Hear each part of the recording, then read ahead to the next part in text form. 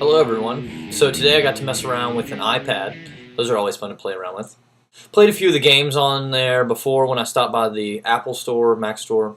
Not sure. I guess I'm supposed to call it Mac Store. You know, like the little labyrinth game with the ball where it, like balances out and whatnot. I was messing around and the guys that I was using had light bikes. Light bikes as like light bikes from Tron. Pretty cool. And I actually took some time to go back and watch Tron this past week.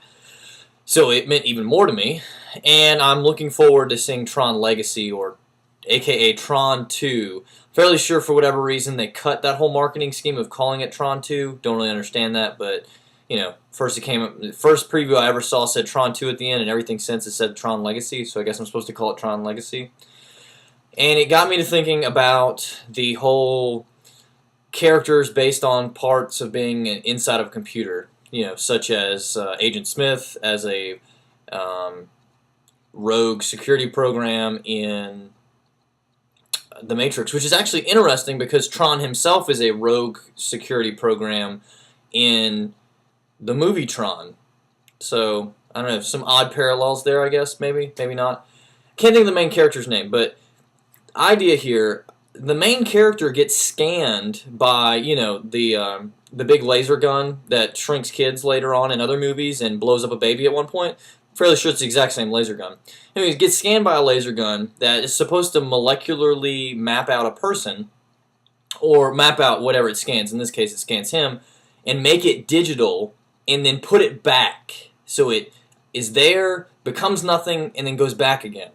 They explain this, they shoot an orange, the orange shows up on the screen and then shows back, sitting in front of everybody. So my question, the initial question is, the very beginning of Tron, or the beginning of him being digital, that portion of the movie, he, gets shot by the computer program, pulled into the digital world so that the computer can mess with him.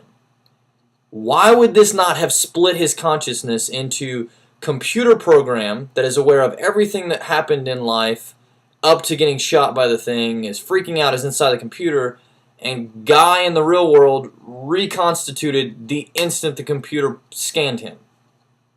That's all I'm not understanding, because if you've seen Tron, he comes back out and there's no version of him left in the computer, which would probably be the whole premise I'm understanding behind Tron 2, is that he steals the laser. Well, he ends up opening the company, so he takes his laser from his company, sets up a lab at his house. That part doesn't really make sense to me either, since the end of Tron, he owns the company. Why not just have done the experiment at the big lab, but whatever. I'm sure there will be explained in the new movie.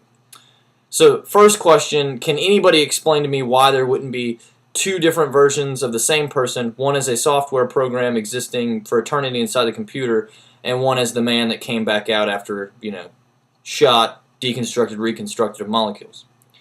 Past that, another parallel aside from The Matrix is Reboot. Reboot, very enjoyable series. Hope you've watched it. Oh, that reminds me. Reboot. Yeah, that's a lot better.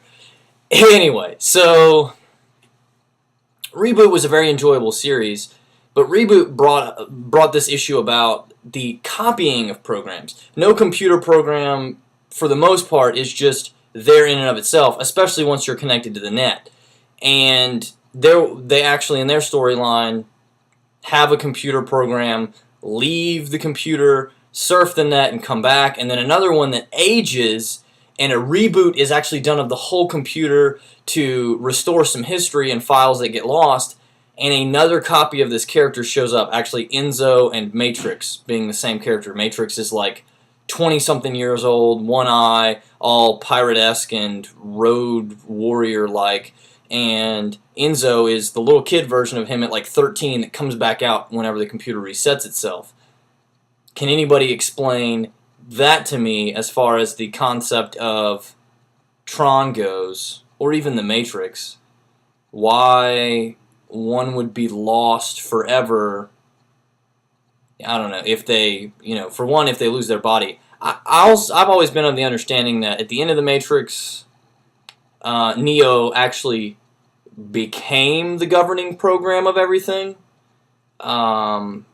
because his consciousness leaves his body, and yes, the robots take him away, but my perspective was that he was at this point where he could free will-wise maintain his own efficacy as a soul inside of the Matrix itself. Thus, his soul was a piece of software. I don't know, lots of thoughts. Tell me what you think. Have a good